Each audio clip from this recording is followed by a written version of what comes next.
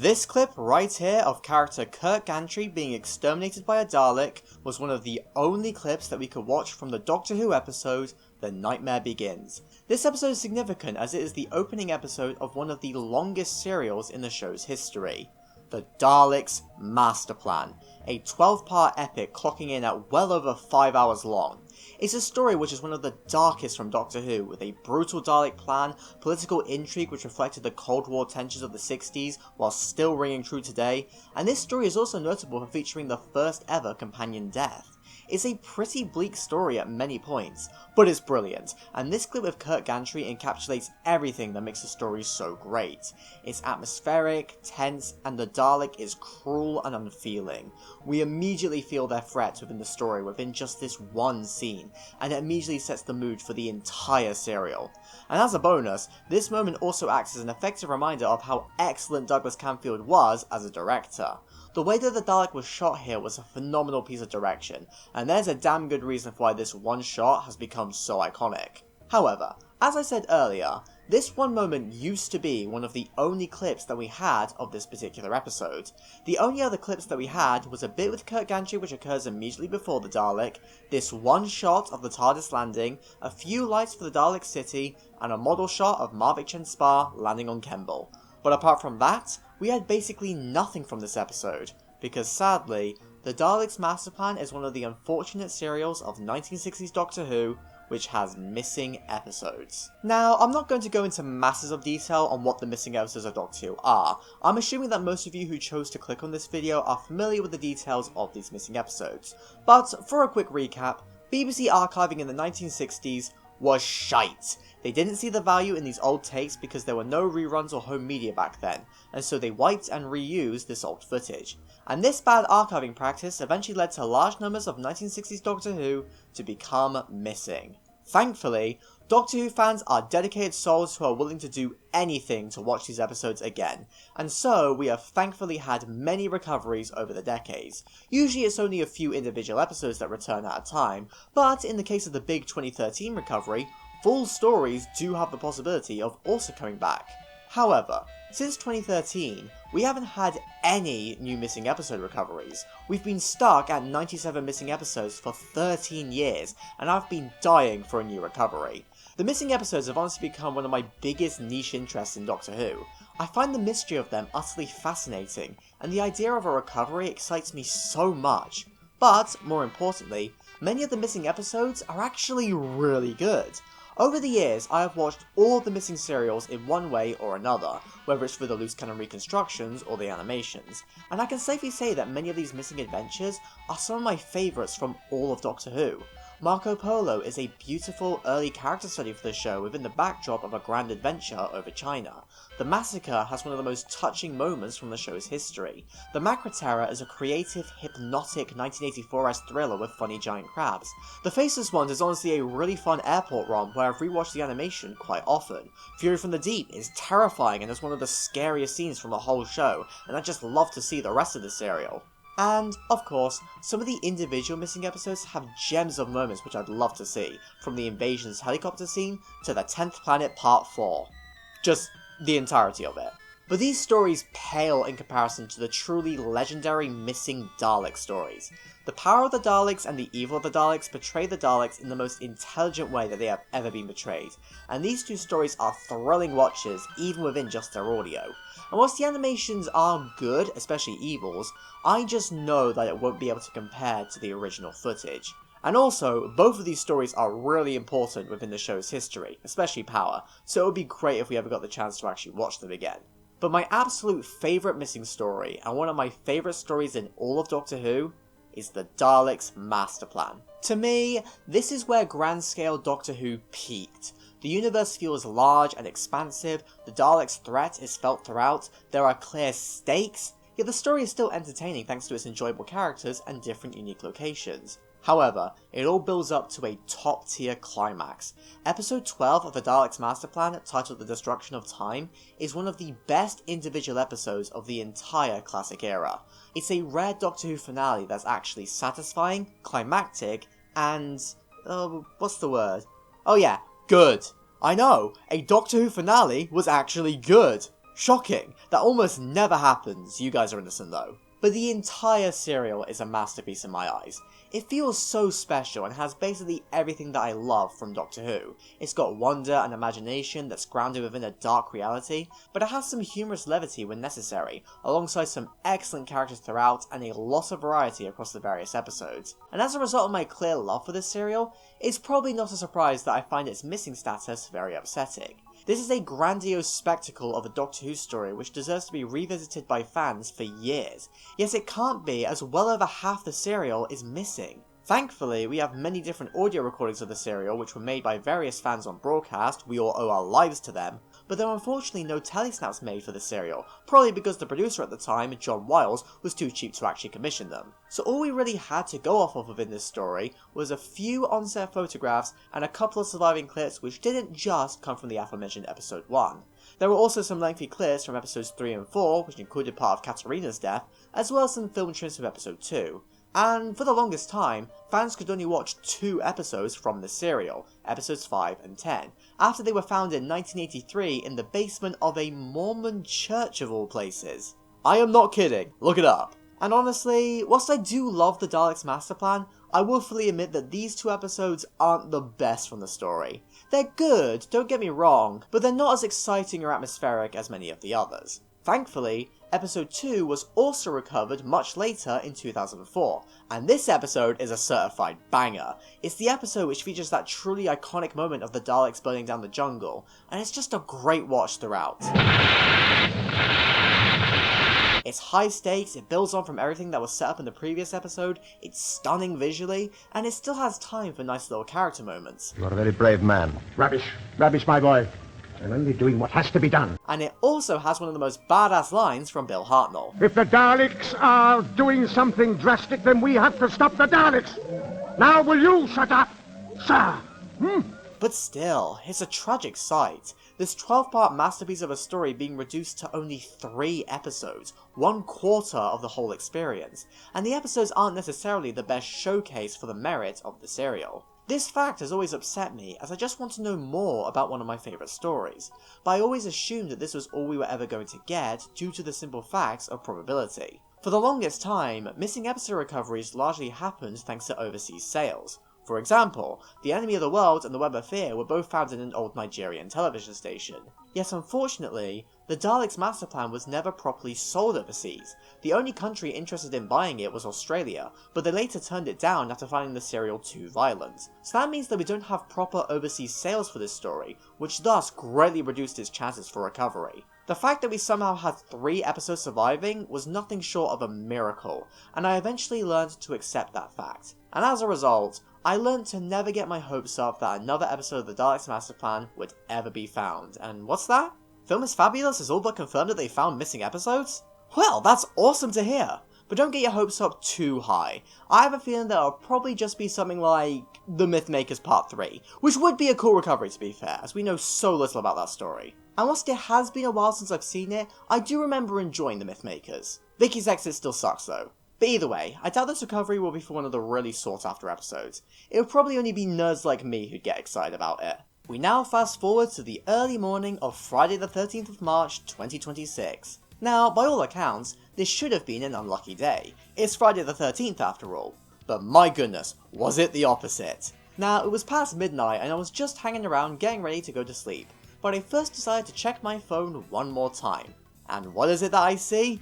Oh my goodness, they've actually found episodes of the Daleks Master Plan! What? I must be dreaming! As you can imagine, I did not go to sleep after seeing that news and instead started freaking out, and I even made a YouTube short where I looked like I was gonna pass out from excitement. This was the kind of news that I desperately needed to hear as a Doctor Who fan at this moment. I don't really want to go into this too much as I want to keep this video relatively positive, but my love for the show is pretty low at the moment, as I honestly can't stand the current corporate direction that it's under.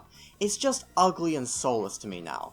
But this was legitimately the most excited I've been for Doctor Who in ages. I was just so happy to see these missing classics again, and when I finally got the chance to watch these 2 previously missing episodes on Good Friday, I won't lie, I got kind of emotional. Like, I was close to welling up during the first few minutes of The Nightmare Begins because I was just so happy to see the images move within a story that I knew and loved so well. I know this seems like a silly overreaction, but I honestly couldn't help it.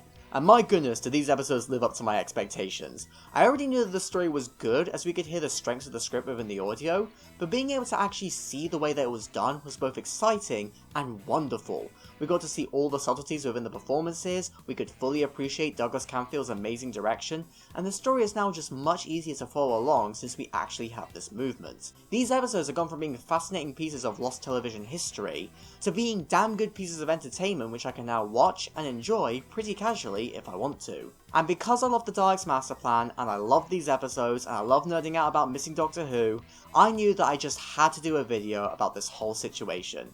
I've already told you all how much I love the serial as a whole, and why the recovery excited me so much in particular, but now I think it's about time that I spend the rest of this video going over the 2 new recovered episodes in great detail. I want to go over my thoughts on why the episodes work so well as pieces of television, and I'll also go over a few new things that I noticed here which I found interesting to see. So, let's just jump straight in. Episode 1, The Nightmare Begins. The Doctor, Katarina and Stephen arrive on the planet Kemble. Stephen is ill and in need of help. Yet whilst the Doctor tries to find help for him, he not only discovers Brett Vian, who seizes the TARDIS for his own means, but he also discovers that the Daleks have got some kind of scheme going on which he knows he needs to stop. The Daleks have allied themselves with the Guardian of the Solar System, Marvik Chen, and are planning to take over the universe, and Earth needs to be warned so that the Daleks can be stopped. This is the basic gist of what happens within this episode, but this simple storyline effectively sets up so much for the future and expertly lays down the foundations for a much grander serial, not just through its narrative elements, but also through how it sets up the tone. This story does not hold back in being as bleak and serious as it needs to be right out of the gate, and that's a perfect indicator for how dark the serial eventually becomes. Right off the bat, the story starts with Stephen poisoned after the events of the Mythmakers, which immediately gives our characters some stake within the story, but as we soon find out, this becomes the least of their problems. Soon afterwards, we're introduced to Kirk Gantry and Brett Vian, who are on a mission which they are clearly very serious about. They appear rather nervous about their current situation and speak of a danger which they must overcome in order to warn Earth. Now, the story cleverly doesn't reveal the threat right away. In fact, it initially misguides you with a different threat. The characters make mention of the Varga plans, which were previously seen in Mission to the Unknown, and Kurt's fear of them makes it seem like they are going to be the main threat of this episode, until suddenly, a Dalek appears and the stakes are elevated even higher. Now, I've already talked about why I love the scene on its own, but I think the build-up from the episode around it makes it even better. Unless you just so happen to tune into Mission to the Unknown a month earlier, and you remember the Varga plans, Kemble, and the frequently mentioned name of Mark Corey, you will likely have no idea that the Daleks were even going to be in this serial. But then they suddenly appear in a moment which feels structured almost like a jump scare, and immediately they kill Kurt. They aren't a cliffhanger threat in this episode like they usually tend to be. Think the cliffhangers for episode 1 of the Dalek Invasion of Earth, or The Power of the Daleks, where their reveal is what the audience is left on. By contrast, they are shown to the audience up front partway through this episode, and they immediately leave a big impression. Now, this scene was obviously fantastic in isolation, and I knew from the audio that the build-up to the Dalek was solid, but what we didn't see before was this brutal shot of Kurt's dead body which is shown soon afterwards. Now, I've seen some fucked up shit in my time, so this image doesn't really bother me all that much. But for tea time 1960s Doctor Who standards, this is a pretty horrific image, I won't lie. I honestly kind of understand why the Australian censors thought that this story was too dark now. But this image was still very effective. It's one thing to see the Dalek exterminate someone, it's another thing entirely to hold on that image of the dead body to really sell the darker tone. And I think that this whole sequence really helps to bring the threat of the Daleks back to the forefront, even in spite of how they may have been perceived by the general public at this time. Now, I think it's fair to say that by this point in late 1965, the Daleks had been somewhat trivialized by their stance in pop culture. Dalek mania had led to them not really being taken too seriously by many people, with many Dalek-related things at this time being quite comedic in nature, like the Peter Cushing film and the earlier Season 2 serial, The Chase. Now, I love The Chase. It's a silly story, but a lot of fun. I mean, how can you not love the Daleks fighting Robot Frankenstein and Dracula, with the Doctor also fighting the worst body double I have ever seen in my life? It's great! However, I definitely can't deny the fact that this story likely contributed a lot to this new comedic perception of the Daleks, which likely took away from their intended threat. But to go from this compute time lag by Earth scale to this is a very effective contrast. And of course, The severe threat of the Daleks is exemplified even more when the Doctor finally sees them. Daleks! When watching the reconstruction, this was one of my favourite parts of the episode. Hartnell delivered the line with so much fear, yet with a clear need for action, and I found it to be an incredibly effective moment. I always had an idea in my mind of what this scene could have looked like, but seeing the actual clip was something truly special. This was actually one of the first clips of the BBC revealed for this episode when the announcement was first made, and it was just an amazing way to immediately grab my attention. Seeing this fantastic moment with new visuals was truly special, especially since the scene was somehow even better than I imagined it would be. And the reason for why it's so good is because of the simple fact that Douglas Camfield is one of the best directors that classic Doctor Who has ever had. He is a master at creating large-scale, exciting stories which feel like grand spectacles, even in spite of the show's shoestring budget. I mean, just think of how exciting stories like The Invasion, Inferno, and The Seas of Doom feel. Those stories are all from completely different eras of the show, yet they all retain a very high visual quality, with fantastic action, suspense, and pacing. These are all long stories, yet Dougie's direction always kept things moving and visually interesting. Oh, and this is without mentioning the fact that the Web of Fear is one of my favourite looking classic Doctor Who stories of all time, as its atmosphere is truly unmatched. But speaking of atmosphere, that's probably the thing that I would compliment the most within this episode. It's got a fantastic atmosphere which once again complements the serious tone. The looming threat of the Daleks feels oppressive as they are truly shown as formidable foes, and the jungle setting feels very claustrophobic. Now, I imagine that Kemble is a pretty big place in universe, but these trees and plants make everything feel small, but not in a cheap way. This doesn't feel like a small studio set. Instead, the jungle feels expansive, yet claustrophobic and oppressive at the same time. It's a murky feeling location which really fits the tone of the story and pairs well alongside the threat of the Daleks. And speaking of which, I think that our immediate engagement with the story is helped by the fact that the Daleks are already well into their plan here.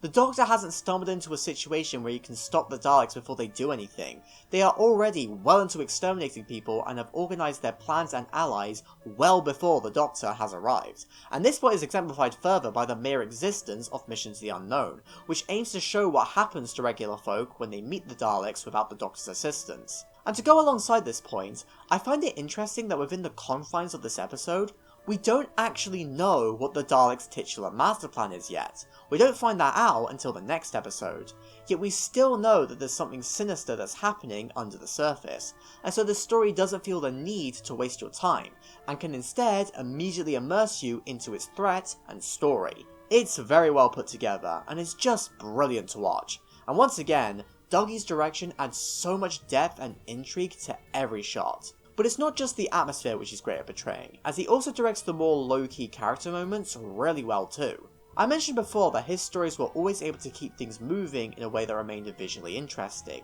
and whilst that statement is most obvious to see within his action scenes, it is also absolutely still present within his character moments. For example, I love this pan down to emphasise Kurt's injured leg. The aforementioned scene of the Doctor exclaiming Daleks is another great bit of camera movement, and there's plenty of well done scenes within the TARDIS where Brett's in the chair. Like, there's this really nice moment where Katarina gets the tablets off of Brett, and the camera essentially moves down with her. That was pretty cool. But my favourite example is probably this one, where the Doctor pulls Katarina aside to talk to her, and the camera follows them to a point where you can still see Brett in the background as he tries to listen in.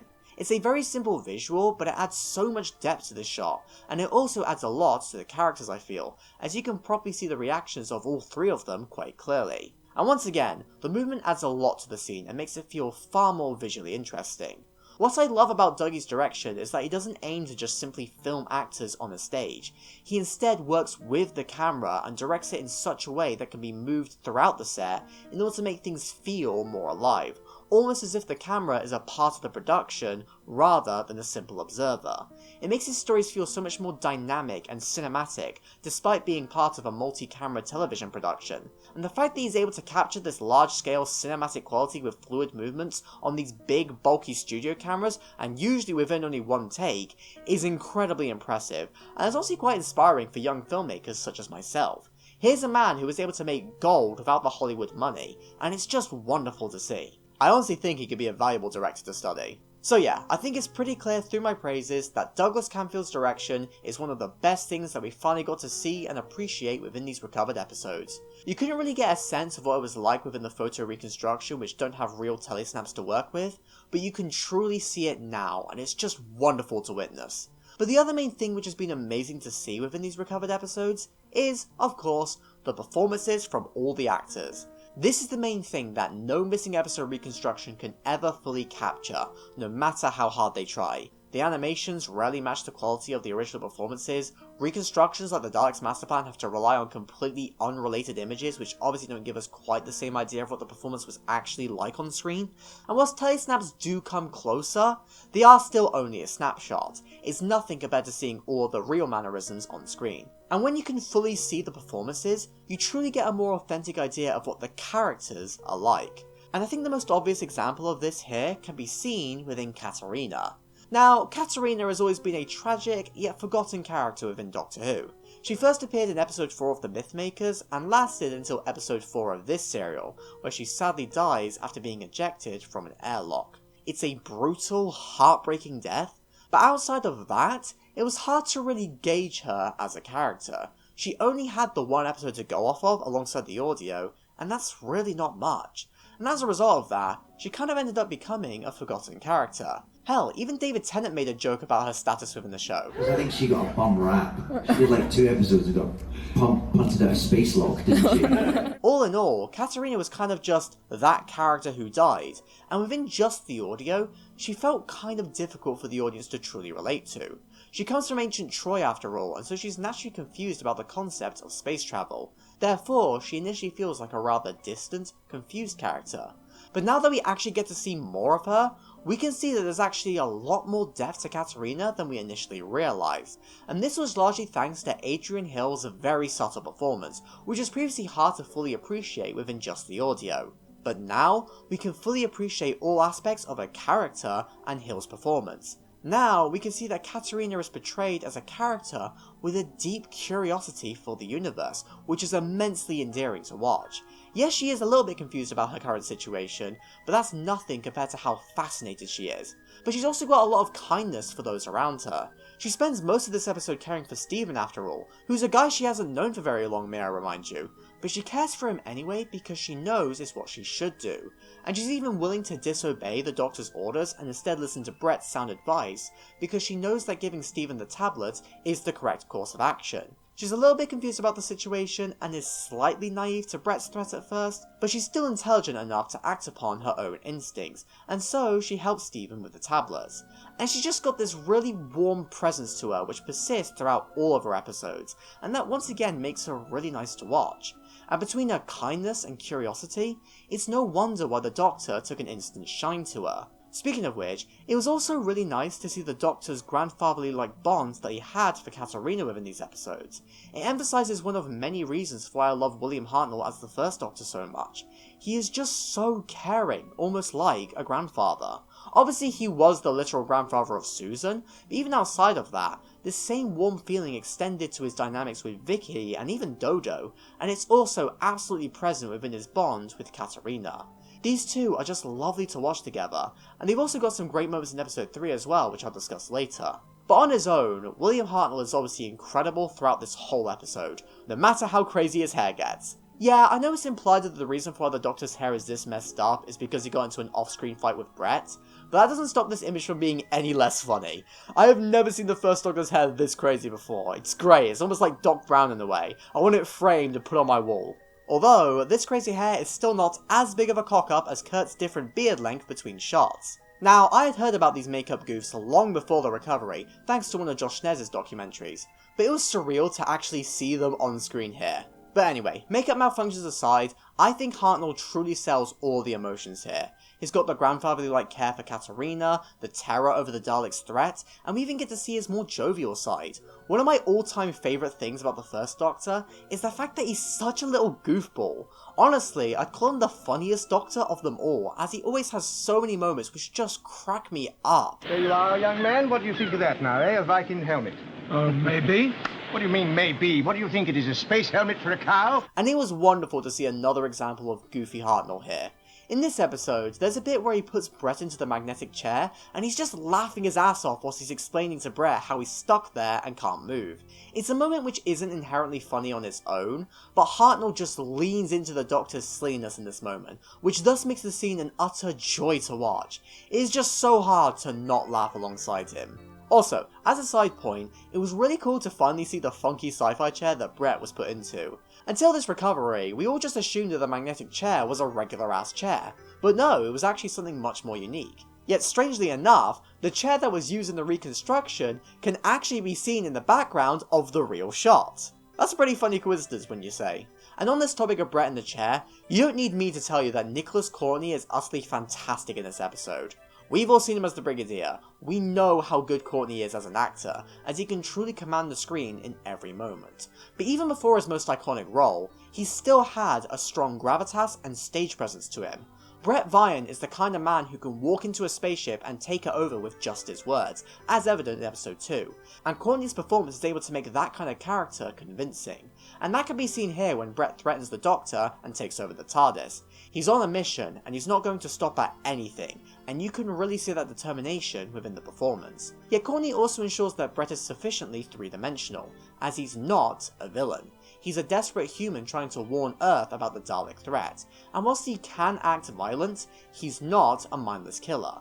When he sees that Steven is ill, he tells Katerina about his tablets. He didn't need to do this. In fact, it would be understandable why he wouldn't bother, as Steven did knock him out, which thus led to him being bound to the chair.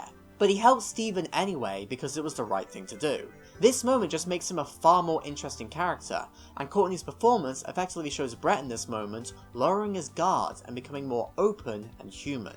And moments like this also make him a great contrast to the evil megalomaniac Marvick Chen. So yeah, Nicholas Courtney as Brett Vian is fantastic, and here's a fun fact for you all: the GOAT Douglas Camfield is largely the reason for why Nick Courtney eventually went on to play the Brigadier. You see, Camfield previously directed The Crusade back in season 2, and so he saw Nicholas Courtney audition for the role of King Richard. That part eventually ended up going to Julian Glover instead, but Camfield never forgot Courtney, and so was very happy to see him cast in the Daleks Master Plan as Brett Vian. And when he later worked on the Web of Fear and needed someone to play Colonel Lethbridge Stewart, he knew just the man who would be perfect for the role. And obviously, Courtney went on to reprise that role in The Invasion, which was also directed by Camfield, before eventually becoming one of the main characters of the Jon Pertwee era, and one of the most beloved Doctor Who characters of all time. And a large reason for why the character works and is so beloved is because Nicholas Courtney is just so good, and Douglas Camfield was absolutely right to recognise that talent and rehire the guy multiple times. And I think that's just really cool that we now get to see the beginnings of Courtney's time in Doctor Who within this episode. Now, there are obviously a few other notable actors within this episode, but I think I'm going to save my discussion of their performances until we get to Devil's Planet, as that's when they're a bit more prominent within the narrative. But rest assured, I will talk about them. But for now, I'm going to wrap up my main discussion of The Nightmare Begins. I'll likely come back to this episode later on with other points, but I'd quite like to move my primary focus onto the other episode. But overall, I think that The Nightmare Begins is one of the strongest opening episodes from all of classic Doctor Who.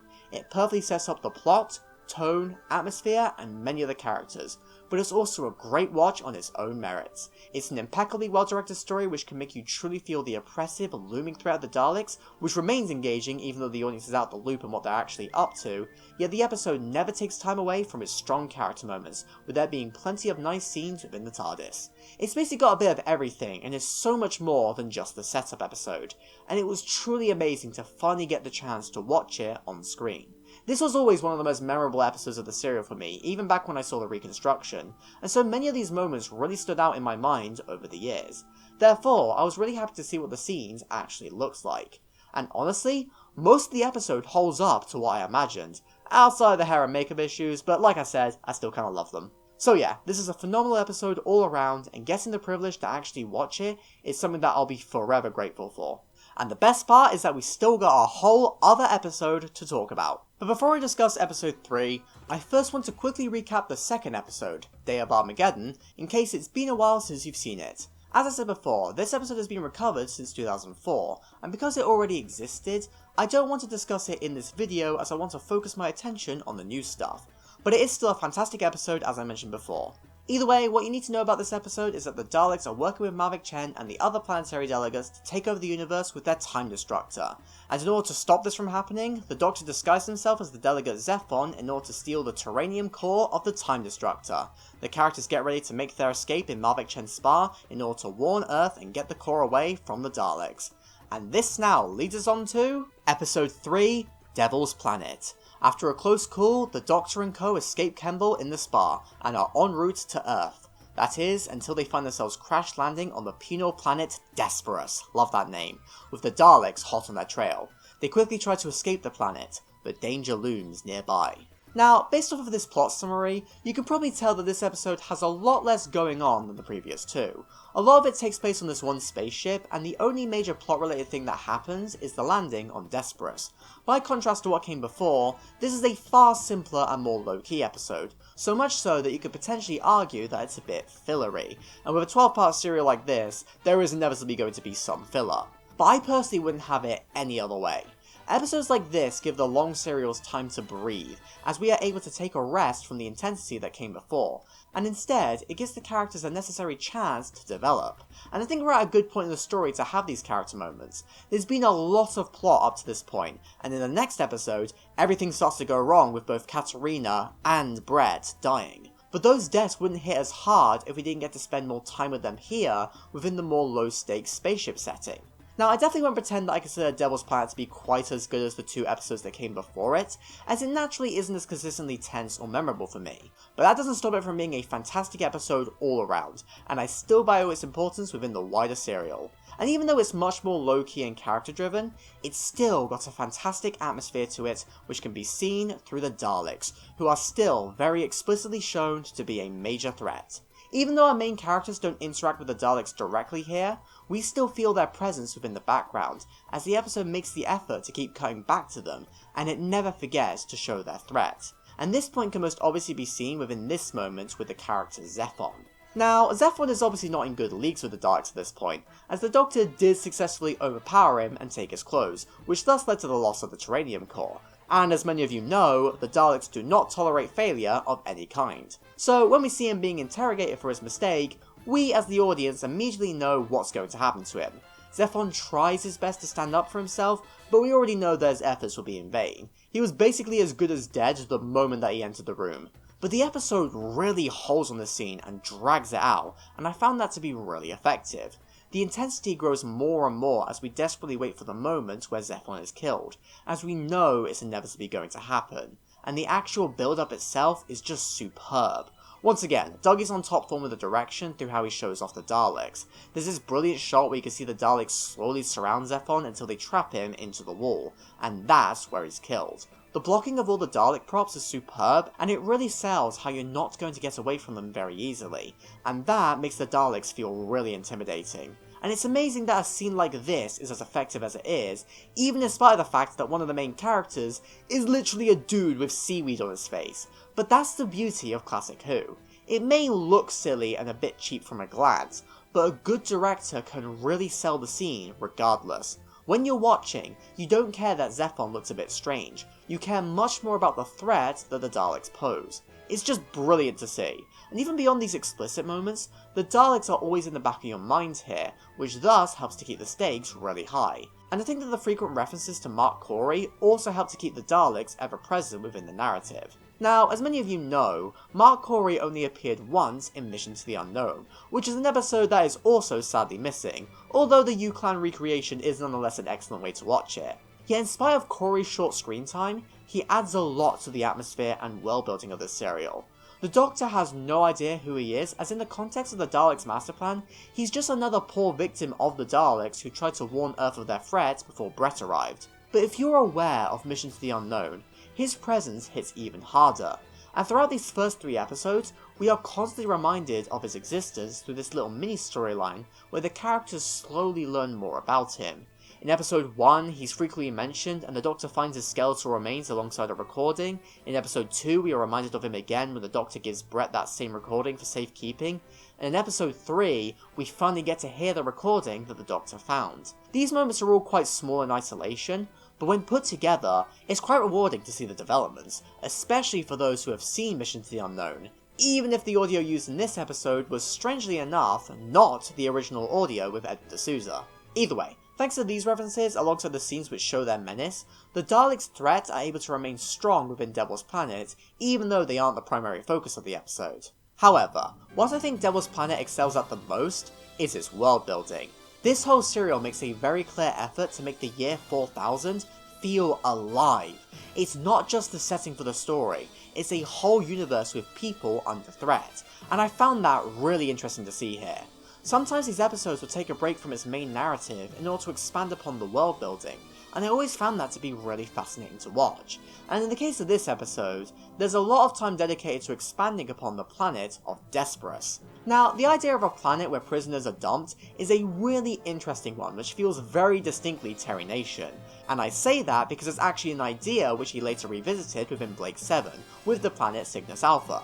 Side note, but this whole episode actually reminded me a lot of Blake 7, not just through Desperus, but also through all of the scenes on the spaceship, which really gave me a similar vibe to the kind of atmosphere that was present on Liberator within that show. It was just something that I found quite interesting to see here. But either way, I like the fact that the episode takes time to briefly show what life on Desperus is like, with this brief scene of the prisoners who have formed their own groups with leaders and whatnot. We can clearly see how cruel and desperate the situation is, and I just found it fascinating to witness. And it also adds to the stakes as we get to see them approach the spar in an attempt to escape from the planet, which would obviously be a big problem for the characters who need to get back to Earth no matter what, as they naturally can't ferry a potentially dangerous criminal around instead. All of this stuff was just so interesting to me, and I wish it was revisited within a future serial, as there's a lot of good stuff here which I'd like to see more focus on. But for what it is, it's an effective and memorable part of the story, and once again, the atmosphere of the planet is very strong and it just looks excellent. I think before the recovery, a lot of us assumed that the set for Desperus looked exactly like Kemble, and would thus be rather generic in execution. But no, it actually looks quite unique, and that helps to emphasise the change in location. We previously had no idea what Desperus looked like, so it was nice to finally see it. And, of course, I have to mention this shot of the prisoners' torches under this beautiful map painting. My goodness, I never could have imagined that there would be a shot as amazing as this within this episode, but it just looks so nice. It makes the landscape feel very alien with those mountains and the stars above, and the torches look excellent within the shot as well. This is the joy that comes from recovered episodes. You get to appreciate moments like this, which no one would have known existed unless they happened to watch it live. I just love seeing it so much. Although, it's worth mentioning that not everything on Desperus looks this good, as there is also a rather dodgy looking shot partway through where one of the prisoners gets attacked by some kind of bat creature. I'll be honest, it wasn't executed the best. The performance is decent, but you can barely see the bat on screen, which thus makes it confusing as to what actually happened. Seriously, I think the bat is only on screen for like a few frames. See? You see? Oh, you don't see it? This rather awkward moment made it hard for me to fully believe that the guy was actually killed by the bat, which I think was the intention. But whatever, a dodgy shot can't take away from my overall enjoyment of the episode. In fact, I'd argue that it actually enhances my enjoyment. Moments like this and the frequent makeup errors are honestly quite fun to see. And yes, there are even more wig malfunctions that are present within this episode, such as this scene where part of Bill's wig is sticking out. I really love this moment, as you can see Peter Purvis rubbing his hair as he's talking to Bill, almost as if he's trying to subtly hint at him to pat down his hair, but Bill isn't picking up on the hint at all. I don't know if that was actually the case, but it's a funny image regardless, and it's what I love being able to witness within these episodes. Yes, it is really cool when a scene is better than you imagined, but there is an inherent charm to finally seeing these mistakes on screen again. This human imperfection gives these episodes a unique charm which I really enjoy seeing, and it's something that no reconstruction would be able to guess. Me mentioning them here isn't a slight against the original crew, far from it.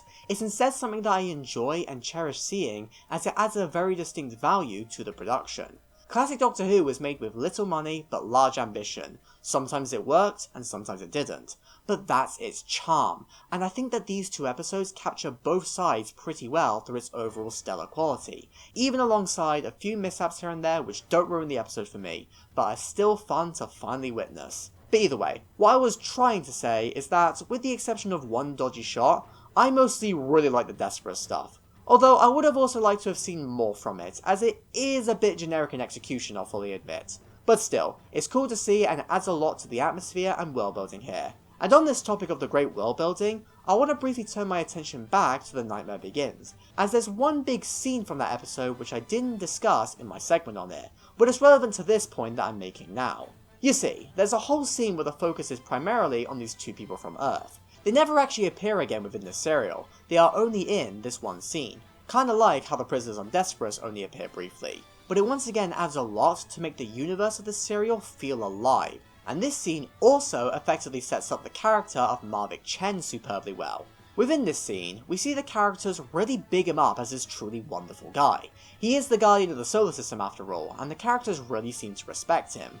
Okay, sure, one of them makes fun of the fact that he always repeats his same speeches multiple times, but either way, Mavic Chen is still able to command respect within the scene.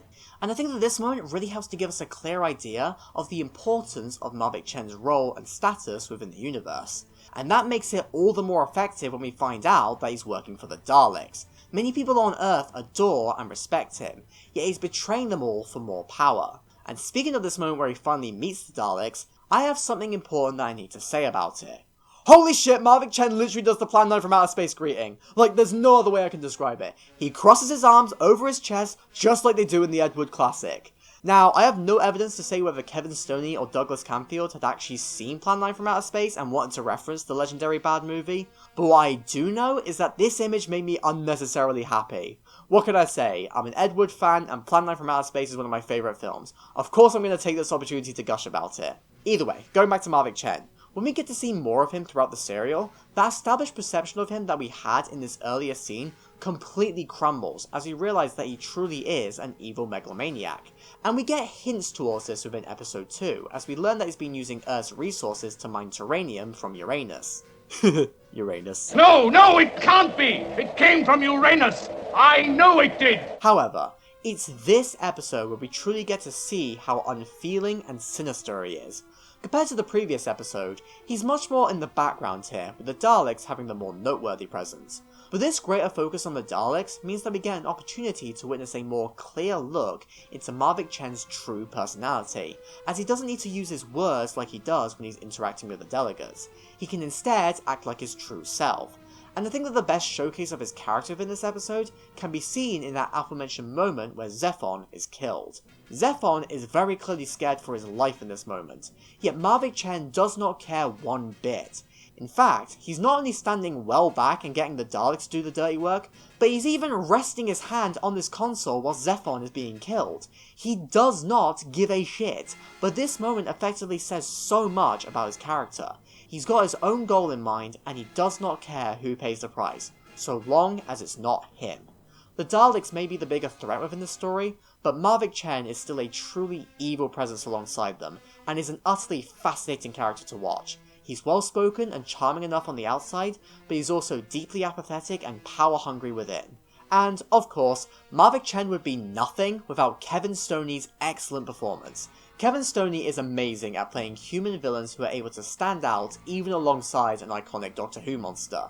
This can be seen through Mavic Chen alongside the Daleks, and can also be seen later on in The Invasion, where Stoney is truly phenomenal as Tobias Vaughn, so much so that he is far more memorable as the villain of the story than the Cybermen were. Stoney is a large reason for why both of these serials are some of my favourites from all of Doctor Who, and because I love watching his performances, you can imagine that I was very happy to see more of him within these recovered episodes.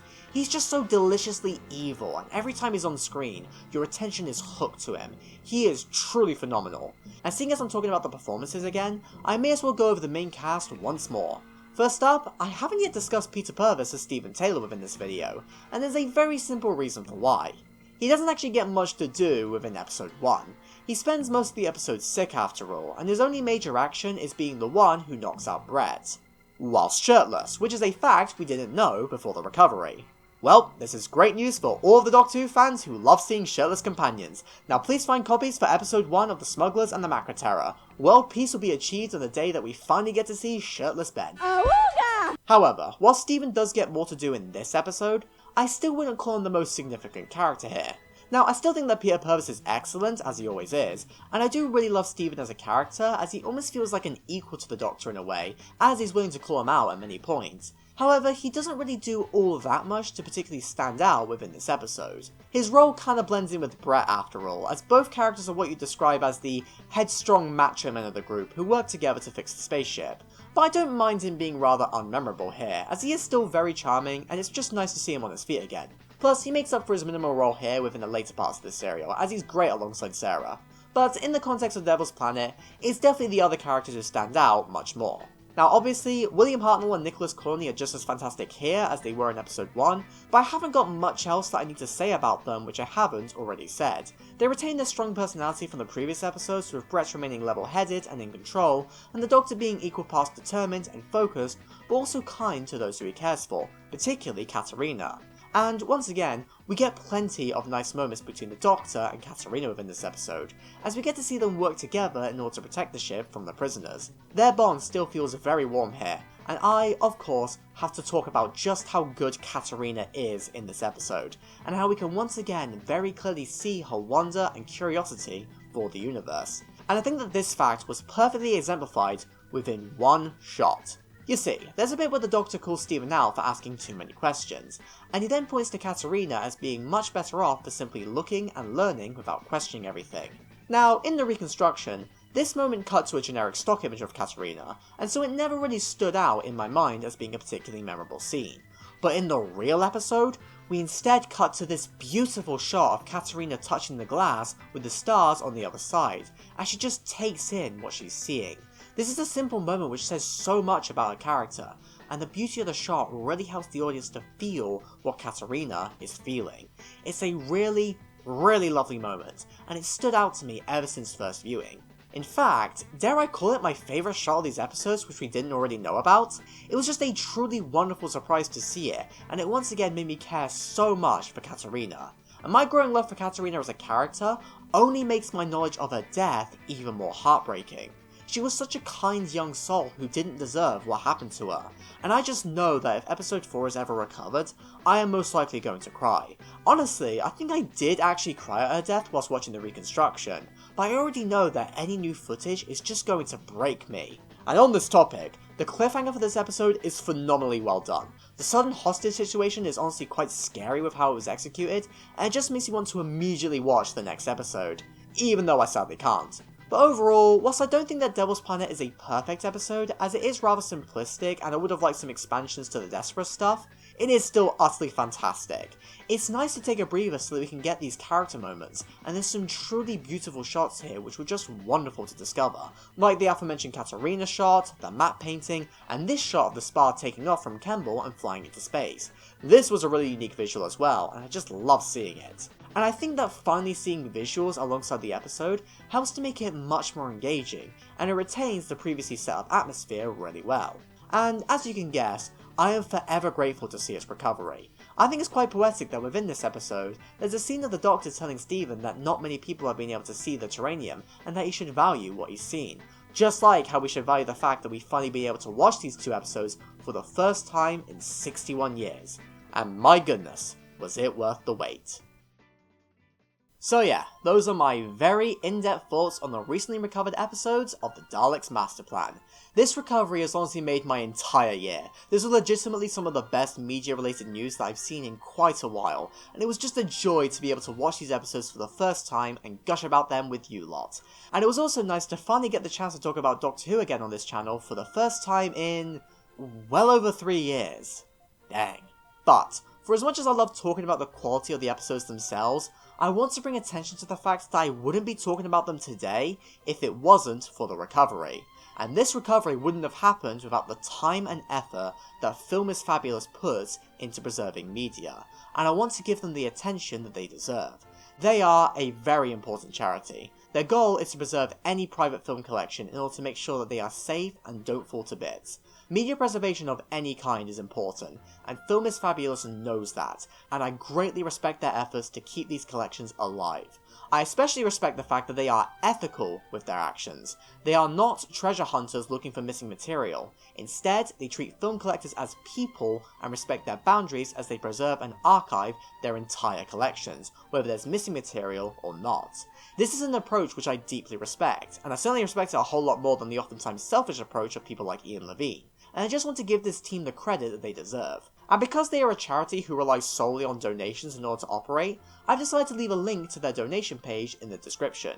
I understand times are tough at the moment, but if you can donate, even if it's just a little bit, that would be great. Maybe in the future, we can have more missing episode recoveries from all sorts of different shows. But more importantly, the collectors and their families won't have to worry about what to do with these old film cans, and so they're much less likely to end up in the skip. So yeah. Thank you, Film is Fabulous. You're doing great work, and Doctor Who fans should be forever grateful that you were able to bring these 2 wonderful episodes back to us. And if any more missing Doctor Who episodes return, you can bet that I'll be back with another video just like this. Even if it's for something unremarkable like, I don't know, The Reign of Terror episode 5. Any recovery is a good recovery in my eyes. Anyway, with all that being said, I think it's about time that I wrap up this lengthy video, which ended up being much longer than I expected it to be. I didn't realise that I had this much to say about 2 episodes of classic Doctor Who, but that should show you just how much I love the show. I really need to get back into doing more Doctor Who stuff in the future, but until then, take care, and thanks for watching.